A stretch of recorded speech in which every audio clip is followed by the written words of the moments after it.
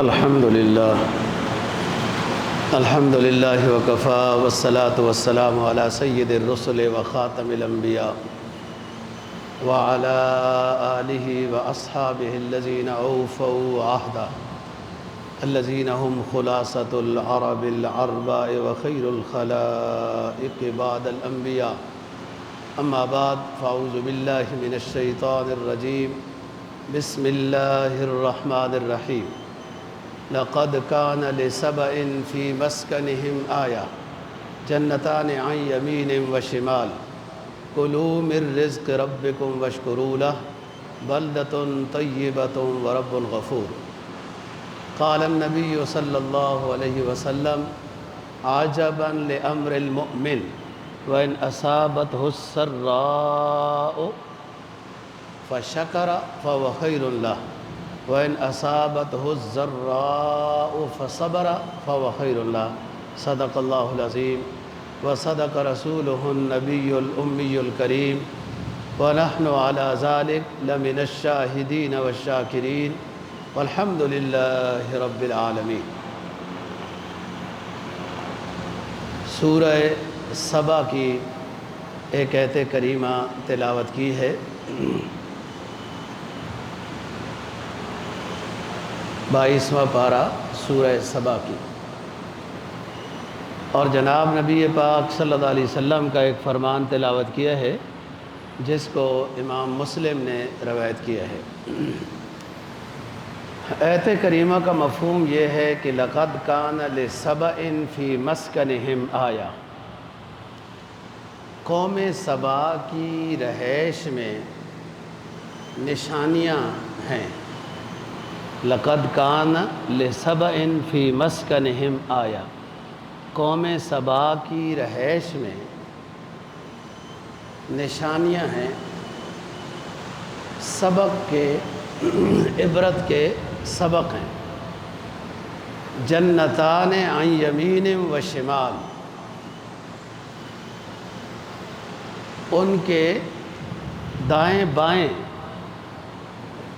میلوں تک پھیلے ہوئے باغات تھے. حکم یہ تھا کلوا من رزق ربکم واشکروا لہ، بس یہ میوجات پھل یہ چیزیں کھاؤ اور اللہ کا شکر ادا کرو. بلدۃ طیبۃ ورب غفور، تمہارا علاقہ بڑا پاکیزہ ہے، اور اگر تم سے کوئی غلطی ہو گئی تو تمہارا رب بڑا غفور الرحیم ہے. اصل تو یہی ہے، کھاؤ پیو اور شکر بجا لاؤ، فرما برداری کرو. دنیا میں تمہیں سب سے اچھا علاقہ دیا ہے، پاکیزہ ہے. ورب غفور، اور انسان ہے غلطی تو ہو جائے گی تو پھر اس میں اللہ سے معافی مانگو، وہ مغفرت کرنے والا ہے. جناب نبی پاک صلی اللہ علیہ وسلم کے فرمان کا مفہوم یہ ہے، آپ نے فرمایا عجبا لامر المؤمن،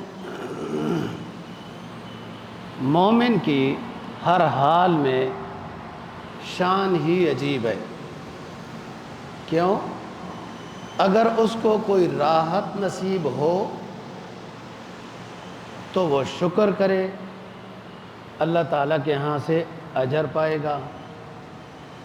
اور اگر اس پر کوئی پریشانی آ جائے فصبر فهو خیر له، پریشانی پر صبر کرے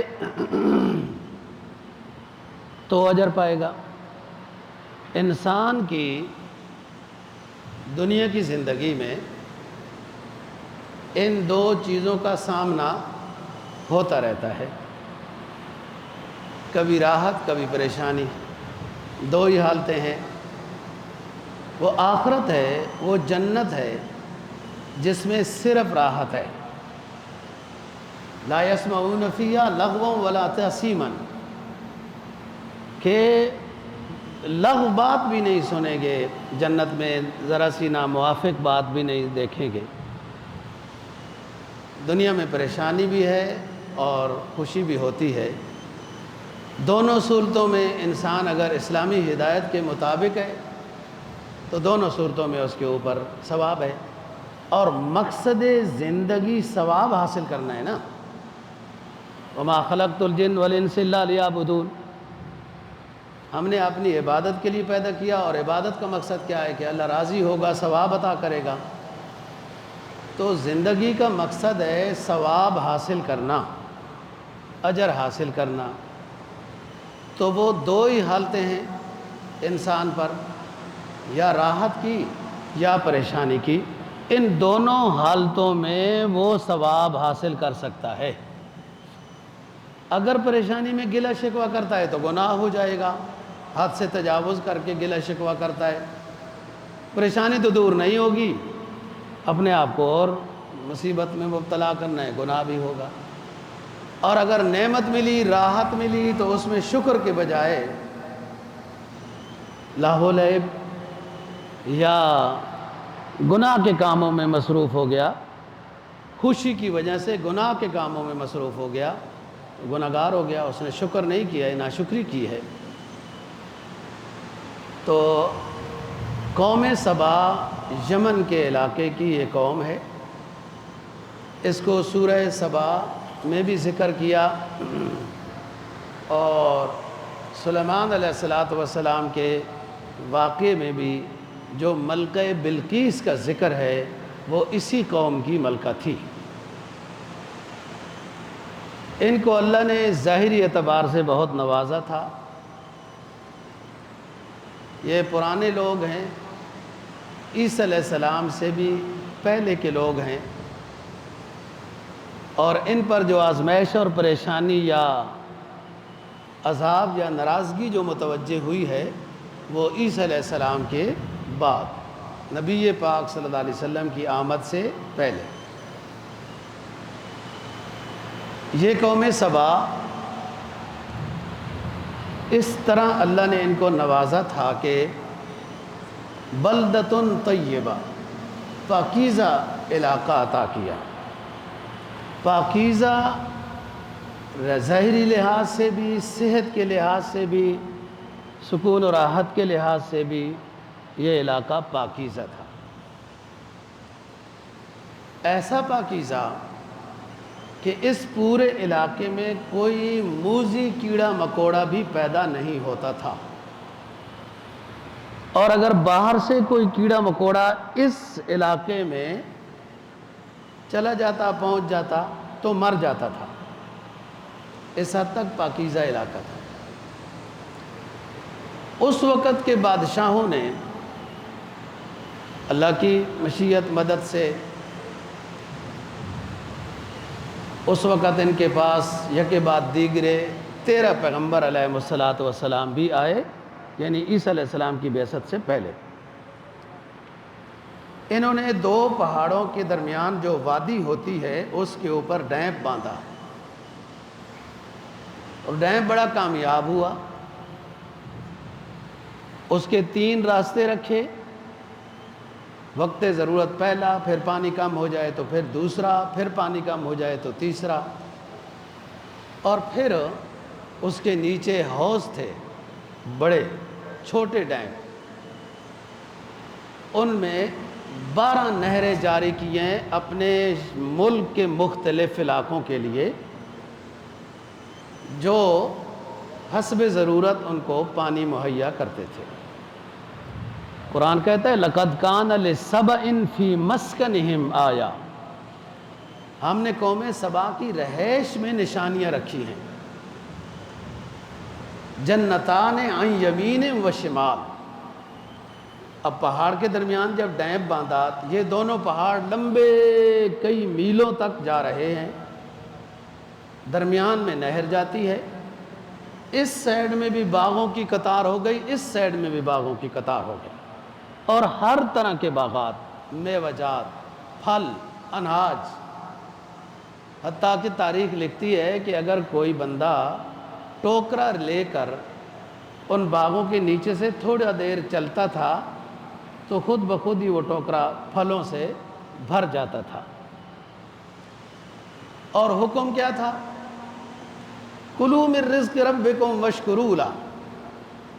یہ پھل سے میوجات اللہ نے تو نہیں کھانے، وہ تو پاک ہے، تمہارے لیے ہیں، بس شکر بجا لاؤ۔ بلدتن طیبہ، جو میں نے بتایا کہ بہت زیادہ صحت مند علاقہ تھا،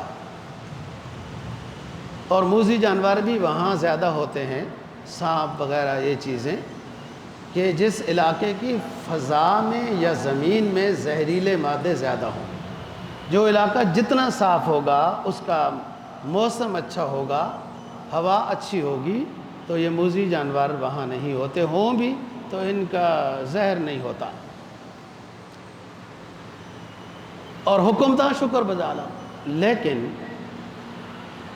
یہ چونکہ زمانہ یہودیوں کے بعد کا ہے، وہی اثرات تھے ان پر، کہنے لگے کہ یہ ہر وقت راحت ہی راحت ہے، عجیب چیز ہے۔ اور قرآن نے کہا کہ ہم نے ان کے جو سفر کے راستے تھے ان پر بھی عجیب و غریب اپنی نعمتیں عطا کی تھی۔ ان کا علاقہ اکثر شام کی طرف، مطلب کاروبار کے لحاظ سے تھا، تو پیدل سفر تھے، تو جتنا بندہ دن کو پیدل چل سکتا ہے اس لحاظ سے آگے اللہ نے ایک گاؤں آباد کر دیا۔ آرام کرو، ریسٹ کرو، کھاؤ پیو، نیند پوری کرو، نہاؤ دھو، صبح تازہ دم ہو کے اگلی منزل کے لیے روانہ ہو جاؤ۔ وہ اگلی منزل کے لیے روانہ ہوتے، شام کو جب تھک جاتے وہاں ایک اور گاؤں آباد کر دیا۔ انہیں کوئی مشکل نہیں ہوئی، اللہ کی طرف سے کتنی بڑی مہربانی ہے۔ کہنے لگا باعد بین اسفارنا، ہم کوئی سفر کرتے ہیں، نہ اس میں تھکتے ہیں، نہ اس میں کپڑے میلے ہوتے ہیں، نہ اس میں ڈاکوؤں کا ڈر ہے، نہ بھوک لگتی ہے، نہ پیاس لگتی ہے۔ یہ کون سا سفر ہے؟ باعد بین اسفارنا، ہمارے سفروں کے درمیان بودھ ہونا چاہیے، ہمیں تھکاوٹ لگنی چاہیے، پیاس لگنی چاہیے، بھوک لگنی چاہیے، ڈاکوؤں کا ڈر ہونا چاہیے، رہائش صحیح نہیں ہونی چاہیے۔ یہ کہنے لگے، جیسے بنی اسرائیل کا من و سلوہ نازل ہوتا تھا تو کہنے لگے اتستبدلون الذی، ہمارے لیے قصہ ہا فوم ہا و عدس ہا و بصل ہا، لہسن ہونا چاہیے، پیاز ہونا چاہیے، دالیں ہونے چاہیے۔ یہ کیا بات ہے، ہر روز گوشت آسمان سے نازل ہوتا ہے اور کریم کھاتے ہیں، لہسن پیاز ہونے چاہیے۔ قرآن نے کہا نا اتستبدلون الذی هو ادنی بالذی هو خیر، اگر اکتائے گئے تھے گوشت کھا کھا کر تو خدا کے مرضی پر چھوڑتے نہ کہ اللہ پاک یہ کوئی کھانا تبدیل کر کے دے دیں، یہ کھا کھا کر اکتا گئے ہیں، خود ہی درخواست کی کہ لہسن پیاز چاہیے۔ بنی اسرائیل کا حسن انتخاب دیکھیں، جب خدا سے مانگا تو کیا مانگا۔ تو یہ بھی ایسے ہی کہنے لگے جی کہ ہمارا راستہ لمبا ہونا چاہیے، اس میں تھکاوٹ ہونی چاہیے۔ اللہ پاک نے تو اوپر حکم دیا یہ تمہارے لیے نعمتیں ہیں، کلوا من رزق ربکم واشکروا لہ، کھاؤ پیو، اللہ کا شکر ادا کرو۔ اب وہ پیغمبر بھی آہستہ آہستہ دنیا سے رخصت ہو گئے، عیسیٰ علیہ السلام کا زمانہ آ گیا، وہ بھی دنیا سے اٹھا لیے گئے۔ بعد میں یہ آہستہ آہستہ فطرت کے زمانے میں بگڑنے لگ گئے، بگڑنا شروع تو ہو ہی گئے تھے۔ فطرت کا زمانہ اس کو کہتے ہیں کہ عیسیٰ علیہ السلام جب دنیا سے اٹھا لیے گئے اور پھر آپ صلی اللہ علیہ وسلم دنیا میں آئے، اس درمیان میں علاقہ جو 570 سال کے لگ بھگ ہے، اس کو فطرت کا زمانہ کہتے ہیں، کہ جس میں کوئی پیغمبر نہیں آیا۔ اس میں یہ پیغمبر بھی اب نہیں ہے، اور زیادہ جب رزق آ جاتا ہے، زیادہ باغ، زیادہ رزق، زیادہ صحتیں، تو بندے کی تربیت صحیح نہ ہو تو پھر اکڑ جاتا ہے، اترانے لگ جاتا ہے۔ عموماً جن کے پاس رزق بہت زیادہ ہوتا ہے، حساب نہیں ہے نا، وہ بگڑے ہوئے ہوتے ہیں، بھلے مسلمان ہو، مسجد تو ان کو نظر ہی نہیں آتی، کوئی نیکی بھی اور نظر نہیں آتی، اور کوئی مولوی ان کے سامنے اتفاق سے چلا جائے تو ناک بھی چڑھاتے ہیں، اور ہیں بھی مسلمان۔ تو یہ پیسہ رزق زیادہ آ گیا، کرنے لگ گئے، یوں دعائیں تو پہلے ہی کر رہے تھے۔ تو پھر آہستہ اس علاقے میں کوئی موذی چیز نہیں آ سکتی تھی، حتیٰ کہ ڈیب کو چوہے لگنے لگ گئے، عذاب کی شکل میں۔ چوہے ویسی عذاب ہے، اور یہ اسلام آباد میں سب سے زیادہ ہے۔ مطلب یہ اسلام آباد والے بڑے گنہگار ہیں، توبہ وابہ صحیح نکالیں، یہاں چوہوں کی آبادی ہے۔ تو وہ سوراخ ہونے لگ گئے، آہستہ آہستہ وہ نعمت ان سے چھن گئی۔ فَأَعْرَضُوا فَأَرْسَلْنَا عَلَيْهِمْ سَيْلَ الْعَرَمِ وَبَدَّلْنَاهُمْ جنتين ذواتي أكل خمط وأصل وشيء من سدر قليل ذلك جزيناهم بما كفروا وهل نجازي إلا الكفور۔ ڈیب ہم نے توڑ دیا، ختم ہو گئی ساری عیش و عشرت، باغات بہہ گئے، ویران ہو گئے، تباہ ہو گئے، اس کی جگہ پر کانٹے والے درخت پیدا ہو گئے اور جھاڑیاں پیدا ہو گئیں۔ ہم نے کہا یہ تمہاری ناشکری کا بدلہ ہے، ذالک جزیناہم بما کفروا، یہ تمہارے کفر اور ناشکری کی وجہ سے یہ ہو گیا اور سب ختم ہو گیا۔ کچھ لوگ سمجھدار تھے، جب انہوں نے دیکھا کہ یہ چوہے وغیرہ اور اس طرح کے حالات شروع ہو گئے ہیں، یہاں تو موذی چیز آتی تھی تو مر جاتی تھی، تو دو قبیلے اوس اور خزرج کے، یہ یہاں سے پہلے سے ہی اندازہ لگا کے خانہ بدوش ہو گئے، نکل گئے اور جا کر مدینہ طیبہ میں آباد ہو گئے۔ جو آپ صلی اللہ علیہ وسلم کے ہجرت کے وقت مدینہ طیبہ میں عرب دو قبیلے آباد تھے، وہ ان میں سے ایک اوس اور خزرج، یہ وہی قبیلے ہیں جن میں سے یہ حضرات ہیں سارے، حسان ابن ثابت ہے، حضرت کعب ہیں رضی اللہ تعالیٰ عنہ، ابو طلحہ ہیں جنہوں نے باغ ہدیہ کیا تھا وغیرہ، معاذ سعد بن معاذ ہیں، سعد بن جبل ہیں، معاذ بن جبل ہیں، سعد بن عبادہ ہیں، یہ بڑے بڑے حضرات جو مدینہ طیبہ کے عرب قبیلے تھے، یہ اوس اور خزرج تھے، اور آپ صلی اللہ علیہ وسلم کا انہوں نے ہی ساتھ دیا۔ پتہ نہیں اسی وجہ سے اللہ نے ان کو یہاں سے بچایا بھی ہے۔ فَأَعْرَضُوا، پھر ڈیم ٹوٹ گیا اور سارا کچھ ہو گیا، اور یہ ظلم و زیادتی کی، پھر انہوں نے راستہ بھی پر امن نہیں رہا۔ قالوا ربنا باعد بین اسفارنا وظلموا انفسهم وجعلناهم احادیث ومزقناهم کل ممزق، ہم نے ان کی یہ جو پوری رویداد ہے ایک کہانی بنا دیا کہ یہ ایسے ہم نے نوازا تھا، انہوں نے ایسی ناشکری کی، پھر ہم نے ان سے وہ رزق کی نعمتیں، وہ سکون کی نعمتیں، وہ موسم جو ہر وقت معتدل رہتا تھا، وہ نعمت ہم نے ان سے چھین لی ہے، یہ ناشکری کی وجہ سے۔ قرآن مجید نے 14ویں پارے میں ایک بات ذکر کی ہے، فرمایا وَضَرَبَ اللَّهُ مَثَلًا قَرْيَةً كَانَتْ آمِنَةً مُطْمَئِنَّةً يَأْتِيهَا رِزْقُهَا رَغَدًا مِّن كُلِّ مَكَانٍ فَأَذَقْنَاهُمْ لِبَاسَ الْجُوعِ وَالْخَوْفِ بِمَا كَانُوا يَصْنَعُونَ۔ ہم نے ایک بستی ایسی بنائی، ایسا علاقہ بنایا، انہیں ہر طرح کے میوہ جات پھلوں سے نوازا۔ ضرب اللہ مثلا قریۃ کانت آمنہ، امن میں رہنے والے، کسی دشمن کا انہیں کوئی خوف نہیں تھا۔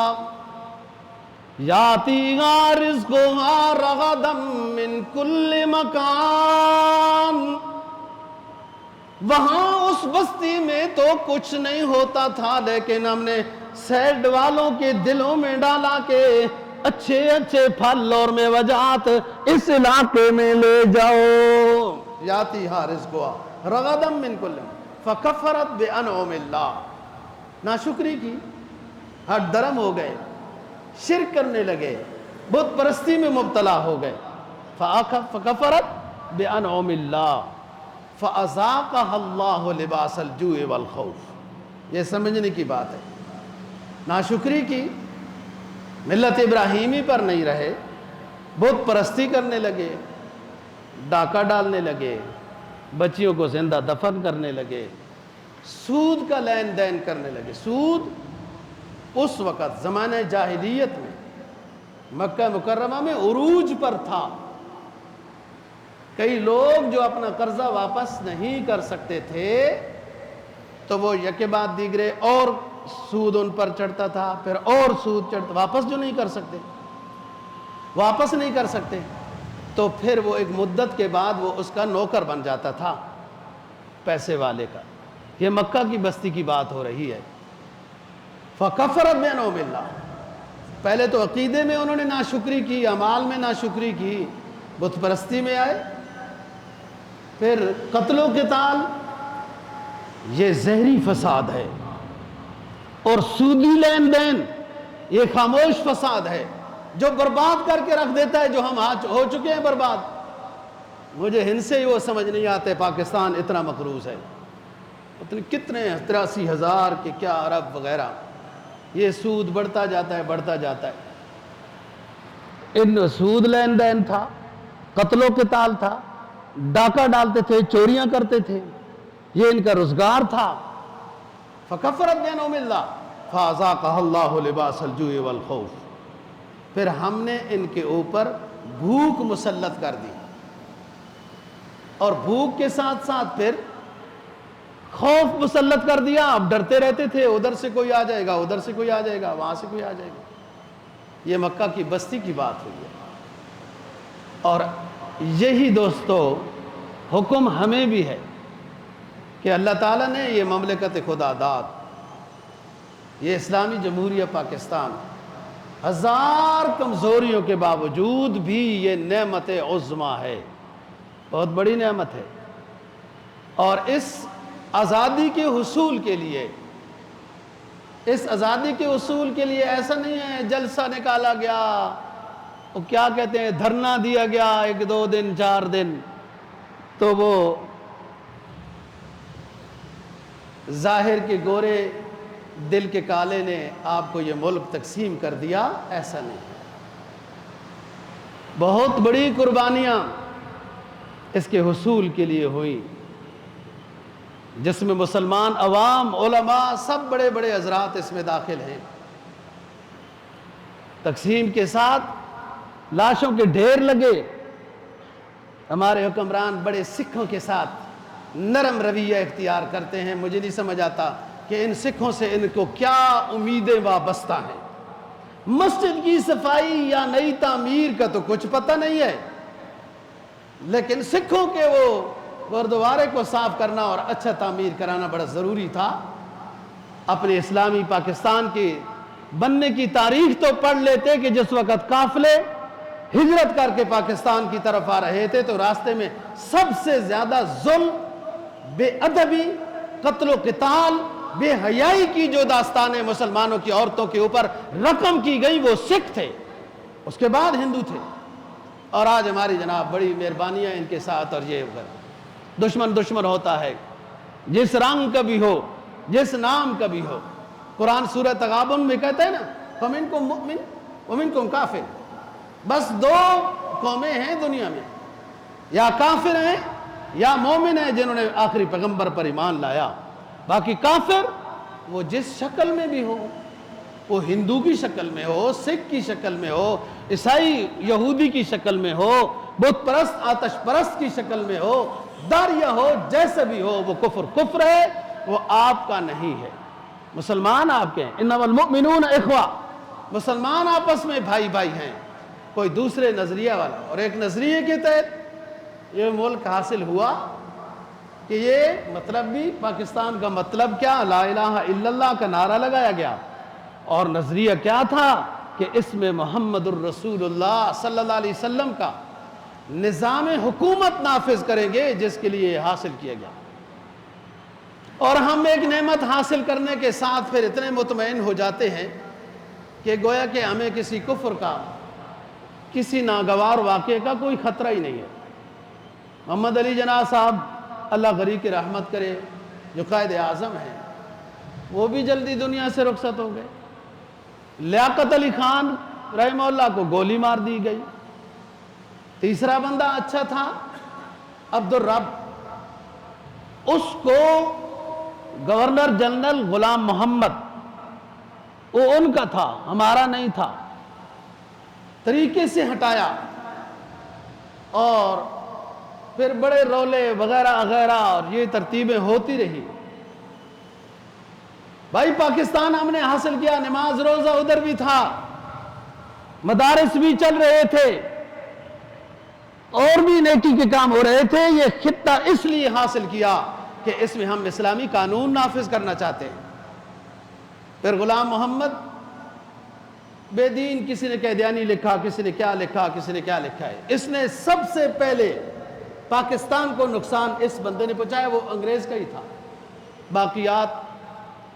باقیات الخبیثات کہنا چاہیے نا، باقیات الصالحات تو نہیں ہے۔ پھر نعرہ لگایا گیا کہ جناب یہاں کیا ہو سکتا ہے، بریلوی بھی ہیں، دوبندی بھی ہیں، شیعہ بھی ہیں، اہل حدیث بھی ہیں، فلان بھی ہیں، اسلامی قانون، کون سا اسلامی قانون ہم نافذ کریں، کون سا اسلامی؟ کیسا پیارا نعرہ تھا۔ یہ علماء بڑے سمجھدار ہوتے ہیں، لوگ عوام نہیں سمجھتی کہ یہ علماء سمجھدار ہوتے ہیں، یہ نہیں سمجھتی، ہاں پھنس جاتے ہیں تو پھر کہتے ہیں مولویوں نے کچھ نہیں کیا، انہیں کچھ کرنا چاہیے تھا۔ علماء مل گئے، سب 22 نکات اسلامی قانون نافذ کرنے کے بارے میں پیش کیے۔ اس میں علماء دیوبند، علماء بریلوی، علماء اہل حدیث، شیعہ اور جو بھی تھے، سب نے دستخط کیے، مہریں لگائی کہ ہمارا کوئی اختلاف نہیں ہے، یہ اسلامی قانون ہے، اس کو نافذ کیا جائے۔ جب ادھر سے پھنسے، وہ آج تک اسلامی نظریاتی کونسل کی الماری کی زینت ہے، یہ 22 نکاتی پروگرام آج تک اس شکل میں ہے۔ اور پھر سرحد کی طرف کے پی کی فتنہ کھڑا کیا گیا، یہ تو پاکستان بن رہا ہے تو تمہارا الگ علاقہ بننا چاہیے، تمہارا الگ علاقہ بننا چاہیے۔ محترم قائد ملت محمد علی جناح رحمہ اللہ تعالیٰ نے علامہ شبیر احمد عثمانی رحمہ اللہ کو بھیجا، یہ دارالعلوم دیوبند کے استاد تھے، کہ آپ جائیں سرحد میں، اکثر لوگ جو پڑھے لکھے ہیں، عالم ہیں، یہ دارالعلوم دیوبند سے فاضل ہیں، تو آپ جا کے ان کو سمجھائیں۔ چنانچہ یہ مولانا ذکی کیفی صاحب تھے، مفتی شفیع صاحب تھے، اور بڑے بڑے ایک جماعت تھی علماء کی، جنہوں نے سرحد کا دورہ کیا، اور یہ جو انہوں نے فتنہ پیدا کرنے کی کوشش کی تھی نا کہ یہ الگ ملک بنے گا، پختونستان وغیرہ، وہ فتنہ ختم ہوا۔ یعنی شروع سے ہی اسلام کے خلاف، مسلمانوں کو آپس میں لڑانے کے لحاظ سے یہ سازشیں ہوتی رہی کہ یہ ملک کہیں کامیاب ترین ملک نہ بن جائے، اور اسی خد و خال سے ہم گزرتے آ رہے ہیں، اور فتنوں کی زد میں آ بھی جاتے ہیں، اپنے آپس میں لڑنے جاتے ہیں۔ کبھی دشمن نے یہ چال کی کہ مناظرے کرائے بریلویوں کے، دیوبندیوں کے، کبھی دیوبندیوں کے اہل حدیث کے۔ اچھا نتیجہ آخر میں کیا نکلتا ہے؟ رفع یدین یا عدم رفع یدین پر مناظرے ہوتے رہے اتنے دن، نتیجہ آخر میں کیا نکلا؟ رفع یدین کرنے والوں کی بھی نماز ہوتی ہے، نہ کرنے والوں کی بھی ہوتی ہے، تو مناظروں میں اتنا ٹائم کیوں ضائع کیا؟ کبھی شیعہ سنی کا، کبھی کیا، اور اس تنازع میں ہمارا یہ حق تھا کہ سب یار ہوتے، مصیبت کے وقت میں دل افگار ہوتے، جب الفت میں یوں ہوتے ثابت قدم ہم، تو کہہ سکتے اپنے کو خیر الامم ہم۔ مسلمان کی تعریف کیا ہے؟ مسلمان آپس میں نہیں لڑتا، فرمایا المسلم من سلم المسلمون من لسانہ و یدی، کامل مسلمان وہ ہے جس کے ہاتھ اور زبان سے کبھی کسی کو تکلیف نہ پہنچے۔ یہاں مہاجر کا نعرہ لگایا گیا، پنجابی کا نعرہ لگایا گیا، پٹھان بلوچستان کا نعرہ لگایا گیا، کو کمزور کرنے کے لیے، یہ دشمنان اسلام، دشمنان پاکستان کی یہ سازش تھی، جس سازش کی زد میں کچھ ہمارے بھی آ گئے۔ علامہ کہتا ہے منفعت ایک ہے اس قوم کی، نقصان بھی ایک ہی ہے، سب کا نبی، دین بھی، ایمان بھی ایک، حرم پاک بھی، اللہ بھی، قرآن بھی ایک، کیا بڑی بات تھی کہ تم ہوتے مسلمان بھی ایک۔ دشمنان اسلام کی سازش آئی، کوئی پنجابی کا نعرہ لگانے لگا، کوئی مہاجر کا نعرہ لگانے لگا، تقسیم ہو گئی طاقت، دشمنوں نے پاکستان میں اپنا جو کھیل کھیلنا تھا وہ کھیلتے رہے۔ حدیث کیا کہتی ہے؟ المؤمن من امنہ الناس بوائقا، کامل مومن وہ ہے جس سے سیڈ والے کو بھی کبھی تکلیف نہ ہو۔ مومن کیا ہے؟ انما المؤمنون اخوہ فاصلحوا بینہم، مسلمان آپس میں بھائی ہیں، کبھی بھائیوں میں تنازع ہو ہی جاتا ہے تو اپنے سلو کر لینی چاہیے، غیر کا تختہ مشق نہیں بننا چاہیے۔ یوں تو سید بھی ہو، مرزا بھی ہو، افغان بھی ہو، کیا بڑی بات تھی کہ تم ہوتے مسلمان بھی۔ تو دیکھو دوستو، پاکستان نعمت عظمیٰ ہے، ہم آزادی کے ساتھ عبادت کرتے ہیں، کاروبار کرتے ہیں، سفر کرتے ہیں، اور ادھر ادھر جہالت کی وجہ سے جو آپس میں لڑائیاں ہو رہی ہیں، یہ اللہ کی ناراضگی کی وجہ سے کہیں ہم سے یہ نعمت چھن نہ جائے۔ جیسے میں نے 2 علاقوں کا واقعہ قرآن نے جو بیان کیا آپ کے سامنے کیا ہے، ہماری ناشکری ہے، ہم لاہو و لعب میں عروج پر ہیں، گانے بجانے میں عروج پر ہیں، رقص کرنے ناچ میں عروج پر ہیں، بے حیائی میں عروج پر ہیں، باوجود اس کے اسلامی ملک ہے، شراب بیچنے میں عروج پر ہیں، اور طرح طرح کی خرافات، اور سب سے بڑی جو اللہ اور رسول کے ساتھ اعلان جنگ والی بات ہے، سودی لین دین میں عروج پر ہیں۔ امن کیسے چاہیں گے؟ یہ کہانی وہ ہے کہ مانگو خدا سے امن، راحت، رحمت، خیر، اور کام سارے وہ کرو جس سے خدا اور رسول ناراض ہو۔ اللہ تعالی ہمیں اس نعمت کی قدر کی توفیق نصیب فرمائے۔ وآخر دعوانا الحمدللہ رب العالمین۔